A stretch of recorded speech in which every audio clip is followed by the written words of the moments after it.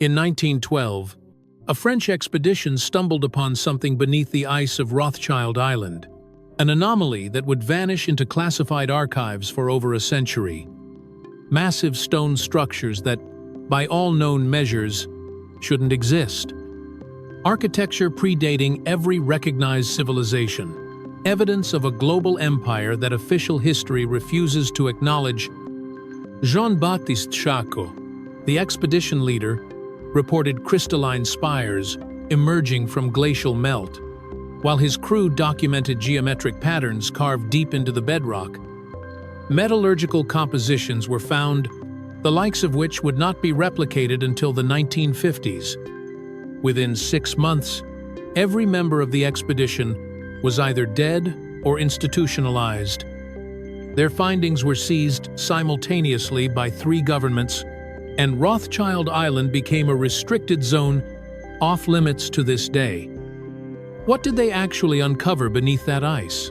Why does the same family name appear in both the island's designation and the banking empire that funded its exploration? The official story claims Rothschild Island was discovered during Charcot's 1908 expedition, named after Baron Edward de Rothschild, who financed it. Rich banker pays, name on map. But Charcot's published journals make no mention of landing there. His official route never passed within 200 meters of the island's coordinates. The French Hydrographic Service credited his expedition, yet Charcot's declassified field notes reveal a second, unscheduled voyage in 1912. No government sanctioned it. No institution endorsed it. Only 3 journal entries and 1 decoded telegram exist. The telegram, sent from Puna Arena in Chile on February 3, 1912, was addressed to Baron Edward de Rothschild. Encrypted, it remained unbroken until 1967. Once decoded, the text read, "In structures confirmed, crystalline formations intact. Harvest commences March." Harvest, not excavation. Harvest. 3 weeks later, Charcot's ship departed with 14 men, none of them his usual scientists, engineers, metallurgists, 2 listed as antiquarians. The ship vanished for 41 days. When it reappeared, only 9 crew remained. Charcot himself looked 20 years older. His hair had turned white. 5 men were declared lost to glacial incidents. No investigation followed. Within 6 months, all 9 survivors experienced progressive cognitive deterioration. 4 were institutionalized. 2 committed suicide. Charcot endured seizures and hallucinations until his death in 1936. Physical evidence survived in a Geneva safe deposit box, registered to a Rothschild trust in 1913. Forgotten until discovered in 2004. Archivists found 11 glass plate negatives encased in lead foil, showing structures emerging from the ice, geometric towers reflecting light in impossible patterns. One depicted a 15-foot doorway carved with unknown symbols. France immediately classified the images. Every access request denied on national security grounds. 3 images leaked, circulated for 11 hours before being scrubbed simultaneously. Downloaders reported strange metadata. GPS coordinates for Rothschild Island, dated February 1912, with 1 line of text marked pre-diluvian and referencing Atlantan concordance, Atlantan. Not hypothetical. Confirmed. Official history claims Antarctica has been frozen for millions of years, that nothing lies beneath the ice except rock and sediment. But the narrative falters when evidence is considered. In 2001, the Peary race map resurfaced in mainstream discussion. Created in 1513, it depicts Antarctica's coastline with precise detail, including bays and inlets now buried under ice. The source materials trace back to charts from the era of Alexander the Great. How could ancient cartographers Map a continent supposedly undiscovered until 1820. The answer is stark. Antarctica wasn't always frozen. Geological core samples from the Ross Ice Shelf reveal pollen from temperate vegetation. Oak trees, ferns, dated to approximately 6,000 years ago, the same time frame linked to Tartaria's destruction. Mainstream science dismisses this as contamination, claiming Antarctica was last ice-free 34 million years ago, long before humans existed. Yet, something clearly built structures there. Operation High Jump launched in 1946, the largest Antarctic expedition in history, 13 ships, 4,700 personnel. Admiral Richard Byrd commanded. Officially, it was research and training. In reality, a military incursion, equipped with aircraft carriers and enough firepower to invade. The mission returned after 8 weeks with unexplained casualties. Byrd gave a press interview warning America about aircraft capable of flying pole to pole at incredible speeds, but refused to elaborate and never spoke publicly about Antarctica again. 3 years later, Operation Deep Freeze established permanent U.S. stations and laid the groundwork for the 1959 Antarctic Treaty, which prohibited military activity and restricted vast regions including Rothschild Island. The structures beneath Rothschild Island, captured in 1912 photographs, show megalithic construction, stone blocks fitted with precision rivaling Incan masonry, crystalline material integrated into stonework, echoing other alleged Tartarian sites. These weren't shelters, they were machines. St. Petersburg's Winter Palace features copper domes functioning as atmospheric energy collectors. Moscow's Kremlin shows retrofitting covering older infrastructure. Soviet reports describe dismantling energy reception apparatuses of unknown origin between 1920 and 1935. World's fairs showcased massive neoclassical palaces supposedly built in months. Demolition photographs reveal solid masonry, stone foundations, dozens of feet underground. Workers discovered rooms not on construction plans. Research argues they weren't temporary. They were rebranded as modern achievement. If this civilization built globally, why not Antarctica when it was temperate? Evidence suggests a global empire existed during a temperate period before a cataclysm triggered climate change. Myths of floods, sudden freezes, and destroyed civilizations may not be myths at all. They could be historical records. Every time a library burned, codices were destroyed, knowledge vanished. Tunguska in 1908, no crater, no meteorite, trees at ground zero, standing while outer trees flattened radially. Within months, global powers increased polar exploration. Shako's Antarctic expedition in 1908, secret return in 1912. World War I erupted in 1914, distracting the world while geopolitical restructuring occurred.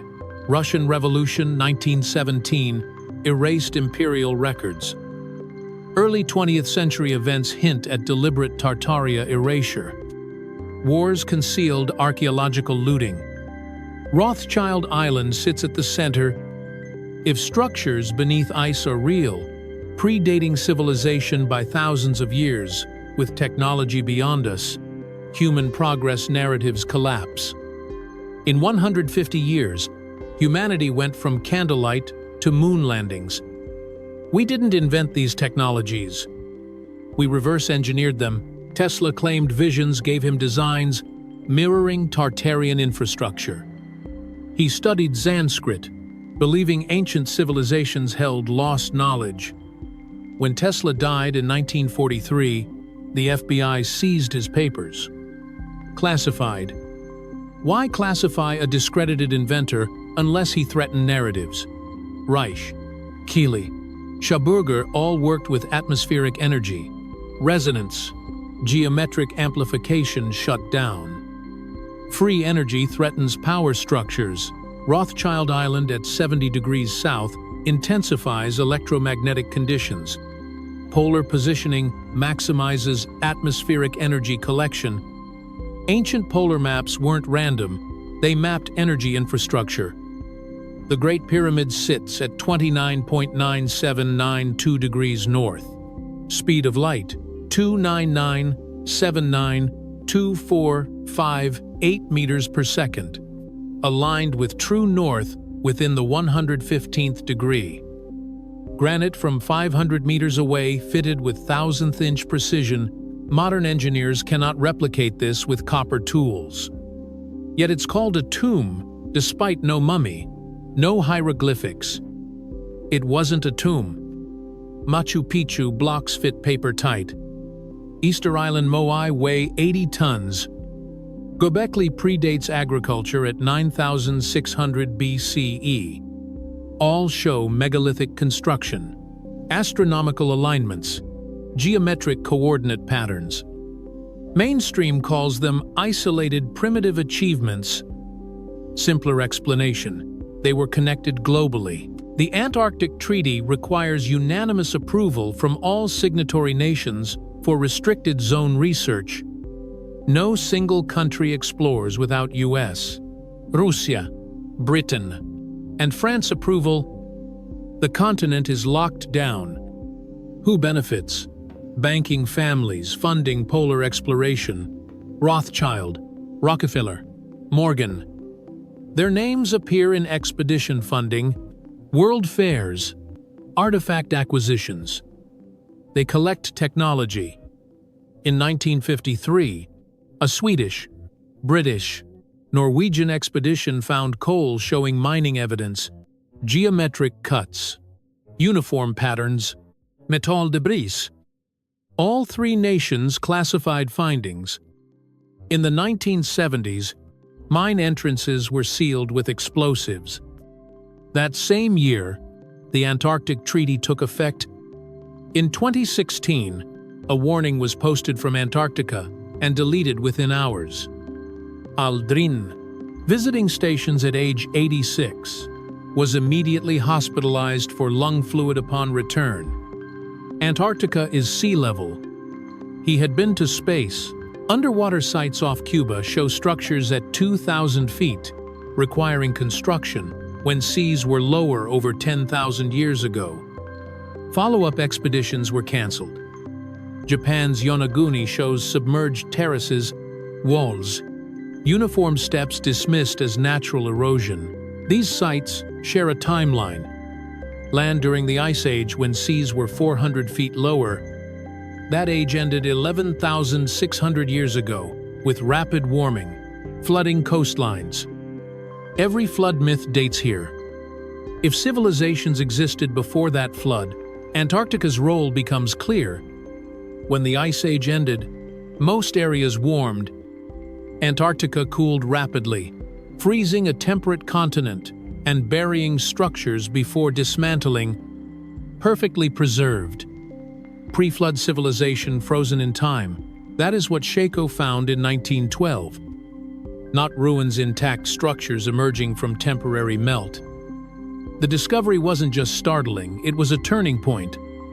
Once the structures beneath Rothschild Island were documented, the response was immediate and coordinated.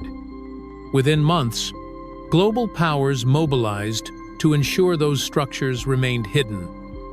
The outbreak of World War I in 1914 provided perfect cover for massive resource reallocation. Nations that should have been enemies cooperated behind the scenes to control Antarctic exploration. The Rothschild family, having financed the discovery, secured their interests through the treaty system that would later lock down the continent. This wasn't speculation. Follow the money. Baron Edouard de Rothschild didn't just fund Shaco's expedition. He funded digs in Egypt, Mesopotamia, and South America throughout the early 1900s. His family's banking empire financed railways, power plants, and industrial infrastructure across Europe and the Americas. In every case, They acquired artifacts and technologies that disappeared into private collections, never seen by the public. The Rockefellers followed a similar pattern. They funded expeditions to Tibet in the 1930s, searching for ancient manuscripts and relics. The Carnegie Institution financed early genetics research alongside archaeological surveys, probing for connections between ancient civilizations and modern populations. These were not academic pursuits. They were intelligence operations designed to locate and secure anything that could disrupt the carefully constructed narrative of linear human progress. If people realized that civilization rises and falls in cycles, that humanity had once reached technological heights and lost it all, they might question the systems that control them now. They might see that the power structures aren't leading us forward, they are preventing us from reclaiming what was lost. The technology existed. Free energy was possible. Ancient ruins proved it. But if such technology became widely available, centralized power structures would collapse. No one could control energy if it were freely available from the atmosphere. Populations couldn't be managed if they didn't depend on fossil fuels, food distribution networks, and financial systems, so the ruins stayed buried. The Antarctic ice remained undisturbed. Researchers who got too close were discredited, defunded, or worse. This suppression wasn't limited to Antarctica. It extended globally. Mapping locations where Rothschild interests intersected with archaeological discoveries revealed a pattern: Egypt's Valley of the Kings, Mesopotamian excavations in Iraq, Mayan sites in Central America. In each case, significant artifacts disappeared into private collections, and government funding for independent researchers dried up. Official narratives shifted to emphasize primitive cultures stumbling upon isolated achievements. The same banking empire that financed Rothschild Island's exploration also built the modern world's infrastructure. They funded both sides of wars, established central banks, and controlled financial systems every nation relies on. At each step, they acquired not just wealth or influence, but knowledge, ancient knowledge, technology from civilizations supposedly never existing. Consider the timing. The Federal Reserve was established in 1913, just 1 year after Shako's secret expedition. The families involved in Antarctic exploration were the same families consolidating centralized banking control. Coincidence? Or positioning themselves to dominate the global economy for something bigger? World War I erupted in 1914. Millions died. Empires collapsed. Archaeological sites across Europe and the Middle East were systematically looted. Museums acquired collections under murky circumstances. Private vaults filled with artifacts the public would never see. Official explanations called it the fog of war, but the pattern was deliberate. The League of Nations formed after the war, then the United Nations, establishing bodies to coordinate global policy. Antarctica fell under international jurisdiction. No single nation could claim it, but dynastic families maintained control through influence over multiple governments, ensuring access to the continent remained restricted. This is the true power structure, not governments, not elected officials, but families who have maintained control for centuries by managing money and knowledge. They don't need to own Antarctica. They just need to deny others access to what lies beneath. The pattern continued over decades. Full details of Operation High Jump, photographs from the 1912 expedition, ground-penetrating radar surveys from the 1990s and 2000s, satellite imagery of specific coordinates, even academic papers discussing Antarctic anomalies were pulled or heavily redacted. Suppression followed a pattern, evidence of advanced pre-flood civilization buried. Anything challenging linear human progress dismissed as pseudoscience. Anyone asking questions was labeled a conspiracy theorist. Yet evidence kept accumulating.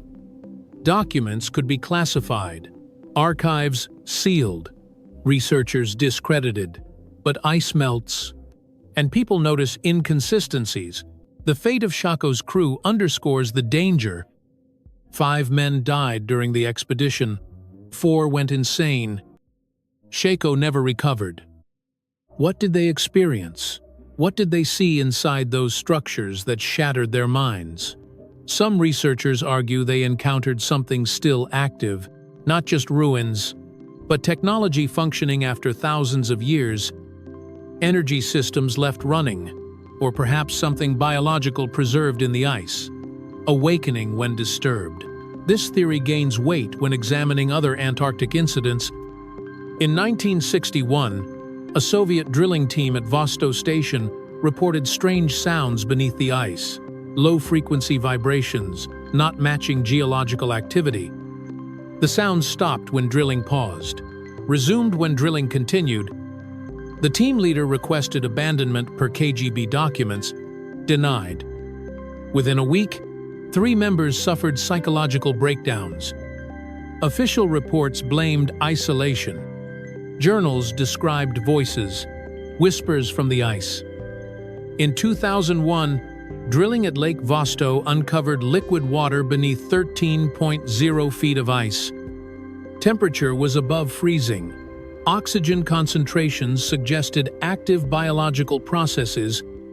Drilling stopped, not officially to prevent contamination, unofficially because a magnetic field interfered with equipment. The lake has been off-limits ever since.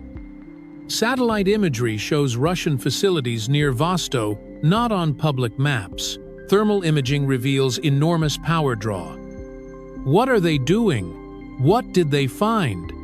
Lake Vosto sits at 77 degrees south, 105 degrees east.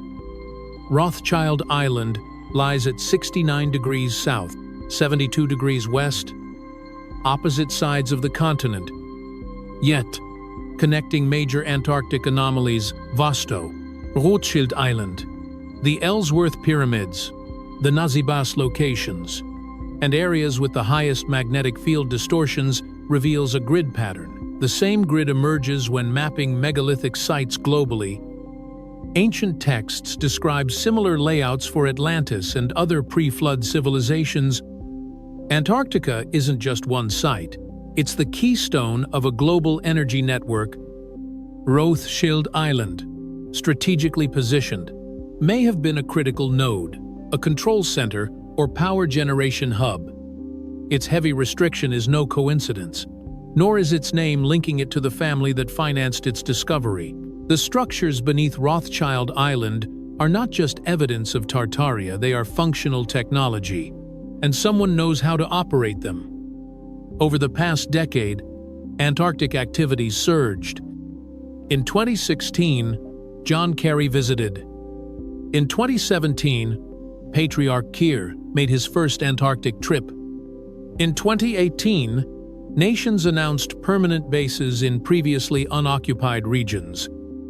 In 2020, during global lockdowns, Antarctic stations reported their busiest year despite worldwide travel restrictions. Climate research does not explain military-grade infrastructure, restricted airspace, or deliberately degraded satellite imagery. Compare Rothschild Island to McMurdo Station. One, low resolution, cloud obscured. The other high resolution showing individual buildings. The discrepancy isn't technical, it's deliberate. Early 20th century maps sometimes show more detail than modern maps. Islands from the 1920s are missing. Coastlines redrawn. Land masses relabeled or removed. Historical revisionism occurs in real time. Observant researchers are marginalized. Yet, as the ice melts, the truth surfaces. Glacier, stable for millennia, carve icebergs the size of cities. As they recede, things appear. In 2018, a crack in the Larsen ice shelf produced a 2,000 square mile iceberg, exposing bedrock unseen for 120,000 years. Observers reported geometric patterns, Lines too straight, shapes too regular. NASA photographed the area. Images were classified and leaked before being scrubbed. They revealed massive carved surfaces, concentric circles, labyrinth-like patterns echoing ancient sites in Crete and Peru. Official explanations call them glacial striations, marks from ice movement, but striations are random scratches. These were organized deliberate. Ground-penetrating radar detected anomalies beneath the ice, hollow spaces without caves, metallic signatures with no mining, thermal signatures indicating heat sources not volcanic. Something generates heat under Antarctica. Something artificial. The pieces connect. Rothschild Island. The 1912 discovery. Tartarian history suppression. Antarctic treaty lockdown. Current research acceleration. This is the final phase of a century-long effort to control knowledge. The annexation of our past is nearly complete. Why now? The ice melts. Evidence emerges. Those controlling the narrative are racing against time. Every year, as Antarctic ice recedes, more structures, more evidence, more anomalies appear. Whistleblowers emerge. Leaked documents surface. The truth becomes increasingly impossible to contain. Suppression continues. Controlled disclosure reveals fragments, while the core remains hidden. Strange phenomena reported globally: electromagnetic disturbances, unexplained animal die-offs, earthquake swarms in unusual locations, magnetic anomalies baffling scientists trace back to Antarctic activity. In 2019, magnetic north shifted 34 miles in 1 year, the fastest recorded movement. Scientists blamed molten iron flows in Earth's core, but couldn't explain the sudden acceleration coinciding with increased Antarctic activity. What if these shifts aren't natural? What if someone is reactivating the global energy grid, testing systems dormant for thousands of years? Tartarian technology could manipulate electromagnetic fields on a planetary scale. Whoever controls it doesn't just control energy, they control weather. Communication could trigger disasters or prevent them, render military systems obsolete, or create weapons, making nuclear arsenals look primitive. This is not ancient history, it's current geopolitics. Nations, claiming cooperation in Antarctica, simultaneously build military-grade infrastructure in restricted zones. The same families that discovered these structures over a century ago now sit at the intersection of technology, finance, and global governance. If Tartarian technology can manipulate planetary electromagnetic fields, reactivating the network could alter weather, trigger seismic events, or far worse, it could be weaponized. History shows what happens when ancient technology falls into the wrong hands. The atomic bomb was based on principles appearing in Sanskrit texts, describing weapons called Brahmastra, capable of destroying entire armies with fire from the sky. Researchers were reverse engineering these texts. Tesla warned humanity wasn't ready for the power his inventions could unleash. He destroyed his own particle beam designs, fearing misuse. Within decades of his death, every major power developed directed energy weapons. Technology from Rothschild Island could render nuclear weapons primitive, methods for tapping zero-point energy, manipulating gravity, transmitting power wirelessly across continents. Whoever controls that technology controls the world. The Rothschild family had a century head start. The island bears their name not just as acknowledgement, but as a claim, a marker of ownership. Through the Antarctic Treaty, they ensured no one else could stake a competing claim. Treaties are fragile. As nations realize what's at stake, old agreements could crumble. We may be heading toward a new kind of Cold War, not over territory or ideology, but over ancient technology beneath the ice. Perhaps that war began in 1912, hidden behind world wars, economic collapses, and revolutions, a shadow conflict over the remnants of Tartaria. Chaco's crew paid the ultimate price. They saw what humans weren't meant to see, touched what we weren't ready to understand, and it destroyed them. Yet their sacrifice wasn't meaningless. Photographs, samples, journals survived in fragments, scattered across classified archives and forgotten safe deposit boxes. Slowly, those pieces are being reassembled. The question isn't whether Tartaria existed. The evidence is overwhelming. The question is what we do with that knowledge. Do we demand transparency? Push for Antarctic declassification? Question why history has been rewritten? Or accept the official story, letting the past remain buried under ice. This choice matters. Accepting the lie. Believing civilization is a linear march from caves to smartphones means accepting our limitations as inevitable. Energy scarcity, controlled technology, restricted knowledge, these are not natural. They are imposed.